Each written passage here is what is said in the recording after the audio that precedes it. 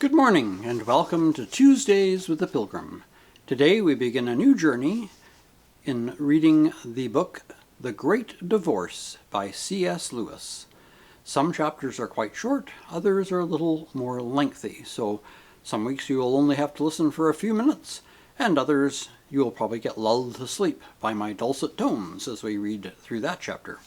But let's begin our journey of The Great Divorce. Chapter 1. I seemed to be standing in a busy queue by the side of a long, mean street. Evening was just closing in, and it was raining.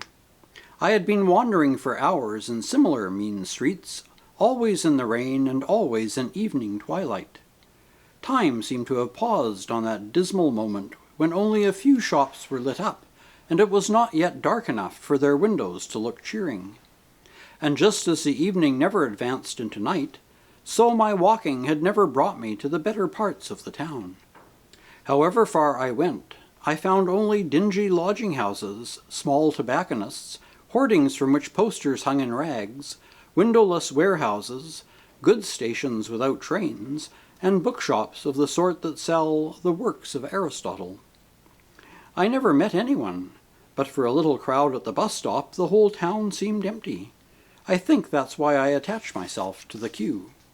I had a stroke of luck right away, for just as I took my stand, a little waspus woman, who would have been ahead of me, snapped out at the man who seemed to be with her, "Very well then, I won't go at all, so there!" and she left the queue. "Pray don't imagine," said the man in a very dignified voice, "that I care about going in the least. I have only been trying to please you, for peace sake.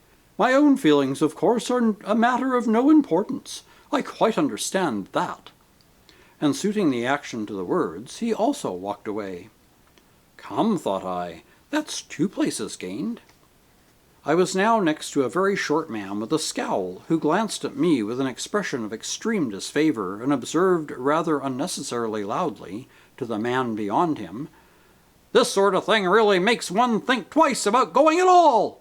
"What sort of thing?" growled the other, a big beefy person. "Well," said the short man, "this is hardly the sort of society I'm used to, as a matter of fact." "Humph," said the big man, and then added with a glance at me, "Don't you stand the sauce from him, mister. You're not afraid of him, are you?" Then, seeing I made no move, he rounded suddenly on the short man and said, "Not good enough for you, are we? Like your lip." The next moment he had fetched the short man one on the side of the face that sent him sprawling into the gutter. Let 'em lay," said the big man to no one in particular. "I'm a plain man, and that's what I am, and I've got to have my rights the same as anyone else, see?" As the short man showed no disposition to rejoin the queue, and soon began limping away, I closed up rather cautiously behind the big man, and congratulated myself on gaining yet another step. A moment later 2 young people in front of him also left us, arm in arm. They were both so tousled, slender, giggling, and falsetto that I was sure of the sex of neither, but it was clear that each, for the moment, preferred the other to the chance of a place in the bus. "We shall never all get in," said a female voice with a whine from 4 places ahead of me. "Change places with you for 5 bob, lady," said someone else. I heard the clink of money, then a scream in the female voice, mixed with the roars of laughter from the rest of the crowd. The cheated woman leapt out of her place to fly at the man who had bilked her, but the others immediately closed up and flung her out. So what with one thing and another, the queue had reduced itself to manageable proportions long before the bus arrived. The bus was a wonderful vehicle, blazing with golden light, heraldically coloured. The driver himself seemed full of light, and he used only one hand to drive with. The other he waved before his face as if to fan away the greasy steam of the rain. A growl went up from the queue as he came in sight. "Looks as if he had a good time of it, eh?" "Bloody pleased with himself, I'll bet." "My dear, why can't he behave naturally?" "Thinks himself too good to look at us." "Who does he imagine he is?" "All the gilding and purple. I call it a wicked waste." "Why don't they spend some money on their house property down here?" "God, I'd like to give him one in the ear hole."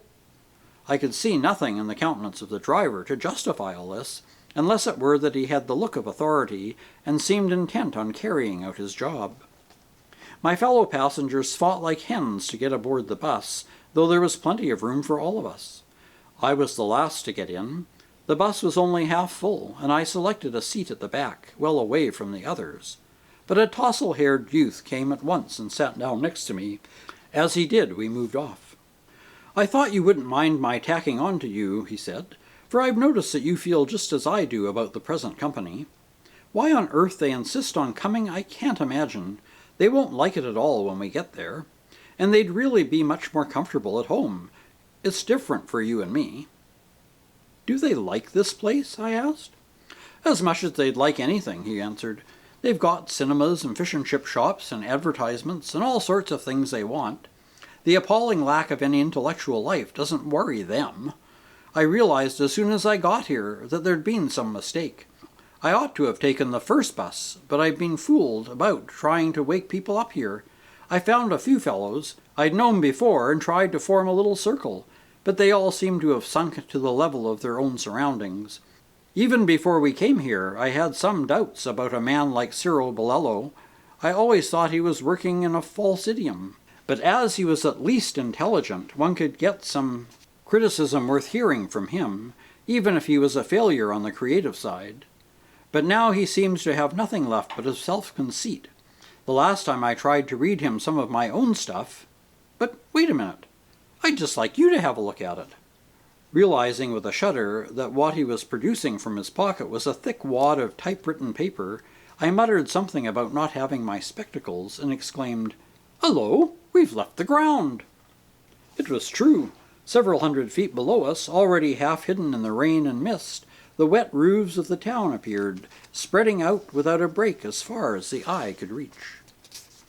And that's the end of Chapter 1. Next week we'll continue with Chapter 2.